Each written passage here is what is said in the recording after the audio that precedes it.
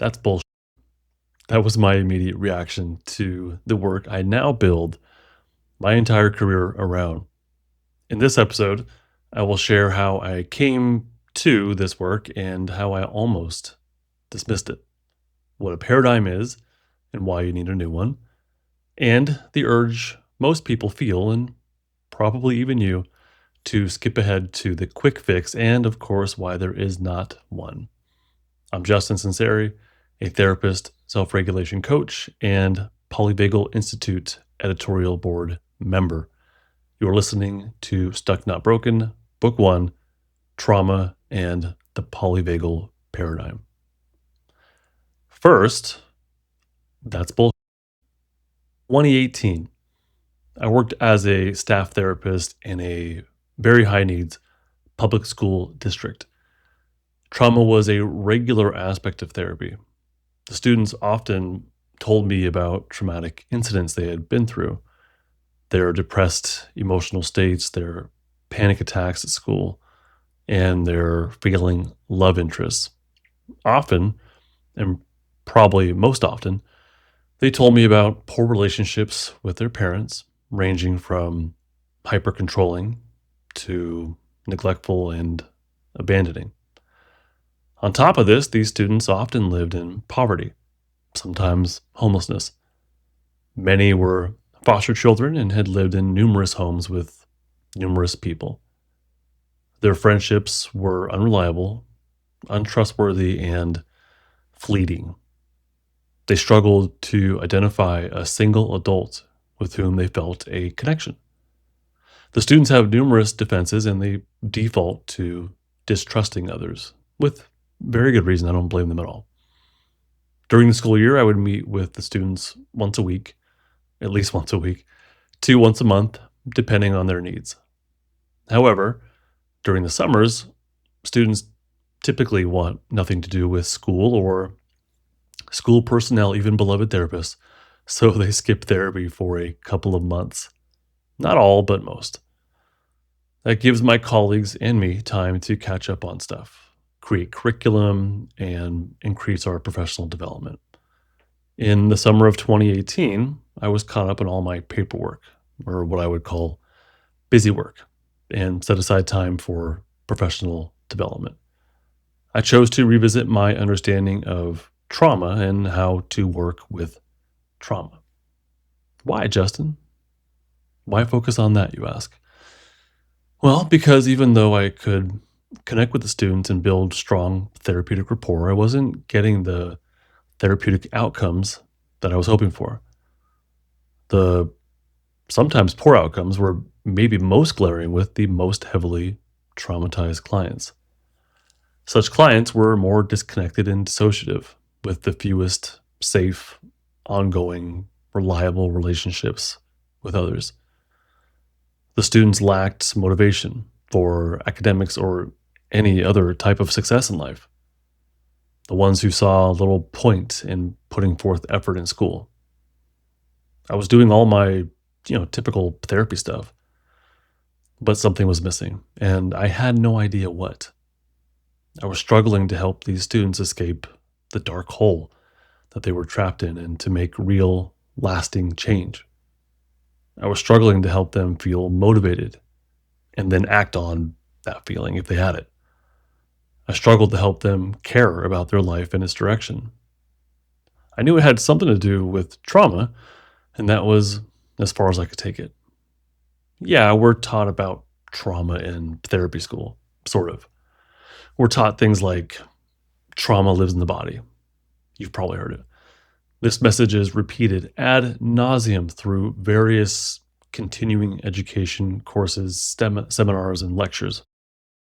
But no one ever explained how. They didn't explain what that meant. But that phrase stuck in my mind. So I did what any good scholar would do, and I searched for trauma on YouTube. But before delving into things, I told myself that I knew nothing about trauma. I needed to start over, start from scratch, and work from the ground up. Then I let the YouTube rabbit hole do what it does, taking in video after video, sifting through the ones that needed sifting. I was looking for primary sources, not influencers with general trauma or therapy knowledge who danced in 1-minute clips. I wanted an expert, the person who took things to another level and could tell me how the heck trauma could live in the body. I eventually stumbled upon Peter Levine's work on YouTube, probably one of the interviews where he talks about Nancy. Levine is the creator of somatic experiencing, a modality that utilizes the felt sense of the body to release trauma stuck in the body. He had a treatment for trauma and also an explanation of what trauma lives in the body means. He discussed the autonomic nervous system and how the body prepares for safety or defense. I saw him put his knowledge into practice and perform what seemed like little miracles with his clients. I'm glossing over the specifics. They don't matter right now and will be discussed later in the book. The point is this. I found someone who could answer the question of how trauma lives in the body. And my immediate reaction was, that's bullshit. Was this Levine some sort of snake oil huckster con man? This is nonsense, I thought. And then I reminded myself that I know nothing. I reminded myself to work from the ground up, assuming I had everything to learn and many gaps in my knowledge. So I took a deep breath and continued giving this Peter Levine character a chance, while remaining wary of any snake oil offers. The lessons intrigued me as I continued with Levine's interviews and teachings. Information started to click. I was unlearning and relearning. The body gets stuck in a state of defense. It can't complete its survival impulse. Okay, got it. So I continued down the YouTube autonomic nervous system trauma rabbit hole. Next, I found a very dry academic lecture by Dr. Stephen Porges. He was lecturing about his Polyvagal Theory. The PowerPoint slides were awful. The audience seemed interested, but I could hardly understand what he was saying. However, I could make out some. He was talking about the autonomic nervous system just like Peter Levine did, but he was able to go deeper into it. Apparently, he had been doing heart rate studies and literature reviews and could connect them to evolution or something like that. Things began to make more sense, though. Trauma lives in the body was making more sense. The pieces were coming together. As I continued to take in lectures and interviews with Dr. Porges, a bigger picture emerged, providing me with a new grounding in understanding and treating trauma. From Porges, I found Deb Dana through the YouTube autonomic nervous system trauma vagal rabbit hole. She made things a lot easier to understand. A lot.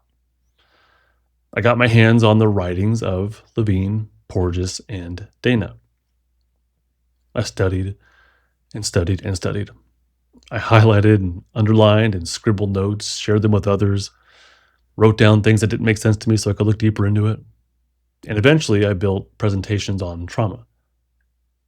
I knew I understood and could teach this to my colleagues, like teachers and school district staff and other therapists.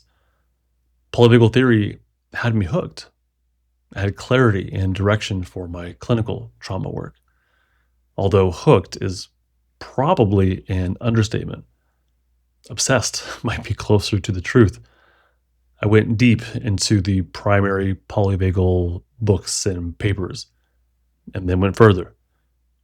I eventually got to a point where I had to remind myself, I'm a therapist. Focus on how this stuff applies to therapy, to trauma recovery, and to self-development. Actually, my wife reminded me I'm a therapist.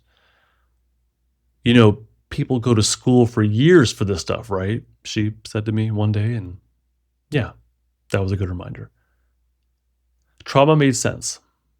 I had answers about trauma living in the body and how it gets stuck and how we get unstuck from it.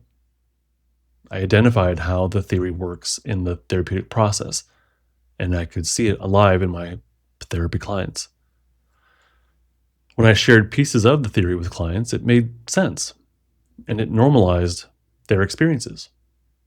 They felt validated and gained a deeper understanding of themselves. It opened up compassion and real avenues for change. I was really onto something revolutionary, both in my mind and in the field of psychology and the practice of therapy. It answered my questions, provided a new foundation, and it inspired me to evangelize the theory. I created the Polyvagal podcast, which is now Stuck Not Broken. I created a YouTube channel, social media accounts, a blog, the Unstucking Academy, and the Self-Regulation Coach app, all grounded in the Polyvagal Theory. And I now proudly serve on the Polyvagal Institute's editorial board, reviewing submissions for accuracy. But I'm not done. I keep learning and deepening my understanding of the theory and my ability to apply it to whatever I can. Now, I want to pass it on through this audiobook. I think you'll find it interesting, if not enlightening, and probably normalizing and validating. That's my hope, at least. And no, Peter Levine never tried to sell me any snake oils. A polyvagal prescription. A paradigm is like a pair of glasses, put simply. It's a way of viewing reality. If you put on the glasses, it changes how you see things. And if you take them off, the same thing.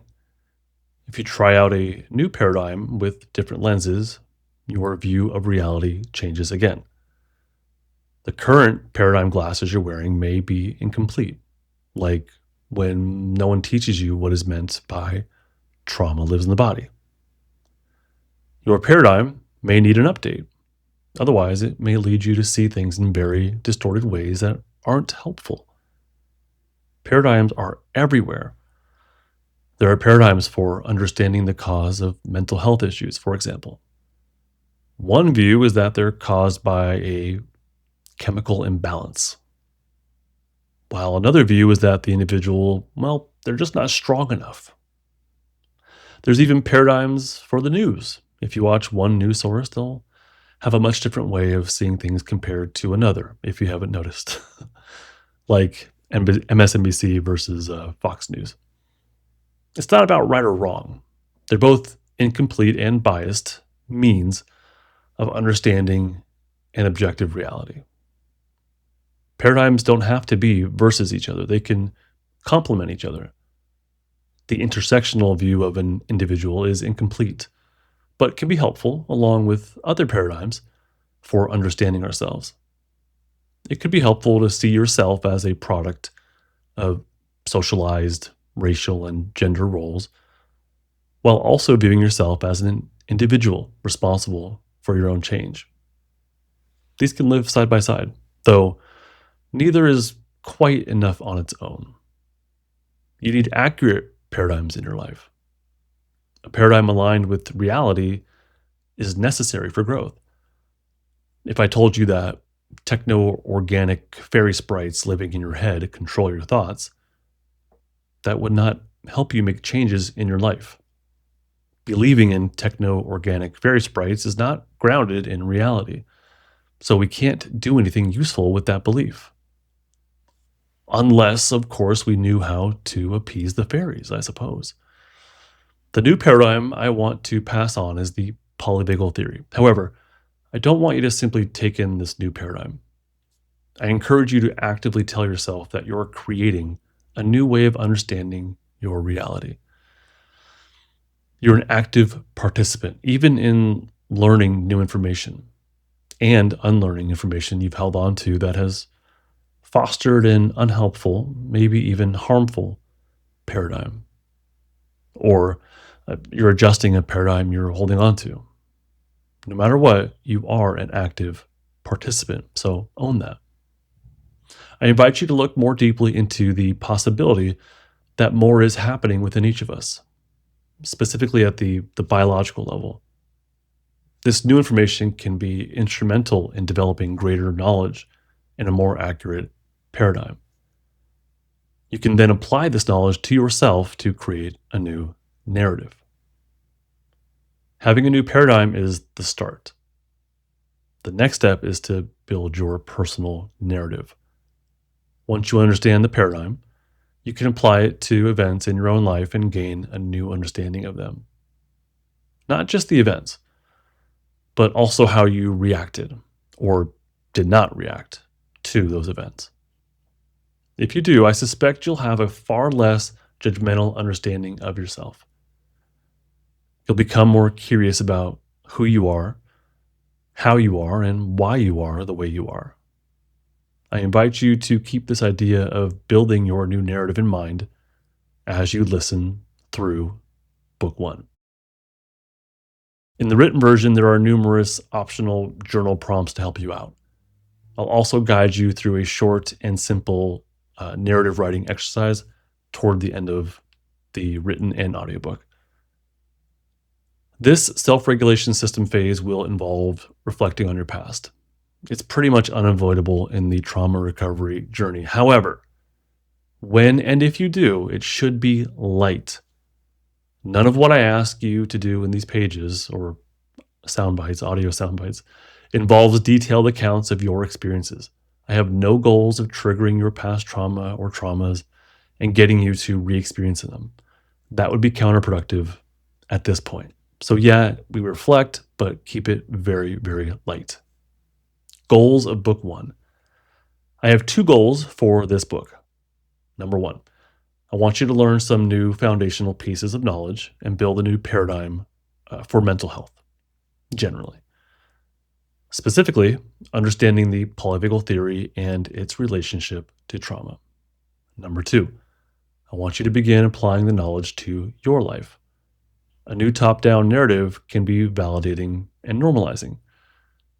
But I don't want you to rush into the second. It can be challenging as well.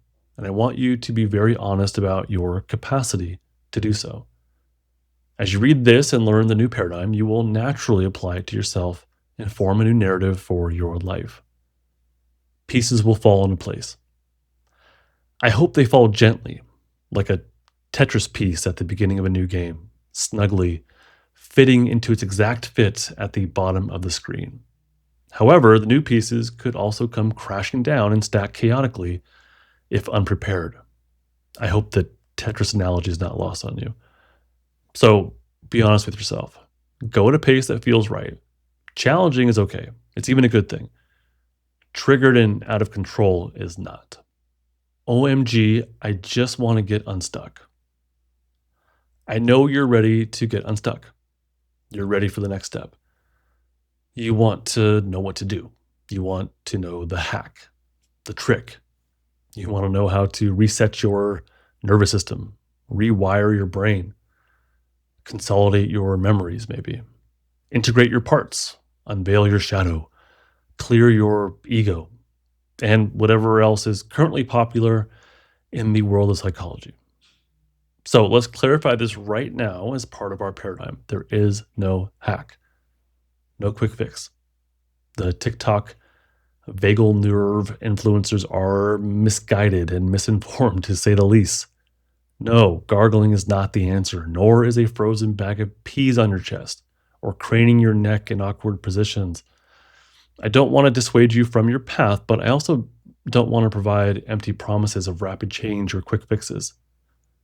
Getting unstuck is work. I don't know how else to put it. This self-regulation system is a sustained practice with a paradigm shift at its center. Things can get better, yeah. You can begin implementing things today to improve your life. Just by listening to this book and learning a new paradigm, you may feel a small shift internally toward more regulation or more goodness. You may feel more compassion and gratitude for yourself now and regarding your past. So yeah, things can get better and little things can happen right away. But the trauma recovery journey is a long one. It's a path that unfolds gradually, revealing its next steps as you feel the impulse to move forward. This journey is about more than just getting unstuck. It's about relearning how to experience the world and your emotions. It's about discovering a sense of safety within yourself. And eventually, about inviting discomfort with compassion. As you move through the 3 Stuck, Not Broken books, you'll have moments of profound insight and challenging reflection. Trauma recovery is a process of ebbing and flowing, of taking steps forward and sometimes feeling like you're stepping back. Yes, you're going to feel like giving up, or like it's pointless to try. The trauma recovery journey does not follow a straight path. There are obstacles along the way. These obstacles can come from old patterns resurfacing, unexpected triggers, or moments of self-doubt. Obstacles are not signs of failure, but expectations of the journey. They may indicate progress. Each obstacle is also an opportunity to apply the new skills and insights that you're learning. You'll learn to navigate moments of discomfort, sit with difficult emotions without overwhelm, and steadily get more and more unstuck. Right now, in this book, you're embarking on the initial leg of your trauma recovery journey. Think of this phase as the beginning of a long trek through varied landscapes. Just as a hiker would prepare by learning the route and understanding the terrain, you do the same through book 1. You're acquiring the knowledge necessary for navigating the path ahead.